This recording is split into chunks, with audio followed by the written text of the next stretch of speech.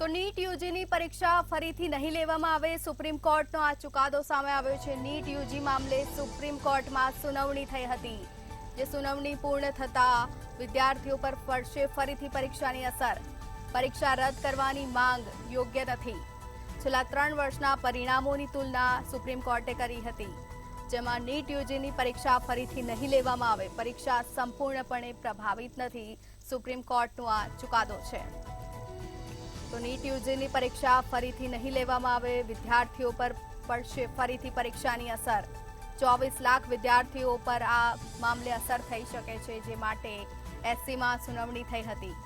પરીક્ષા રદ કરવાની માંગ યોગ્ય નથી। સુપ્રીમ કોર્ટે આ ચુકાદો આપ્યો છે। એસસીએ બીજી વાર પરીક્ષા યોજવાનો ઇનકાર કર્યો છે। પરીક્ષા સંપૂર્ણપણે પ્રભાવિત નથી। છેલ્લા 3 વર્ષના પરિણામોની સુપ્રીમ કોર્ટે તુલના કરી છે।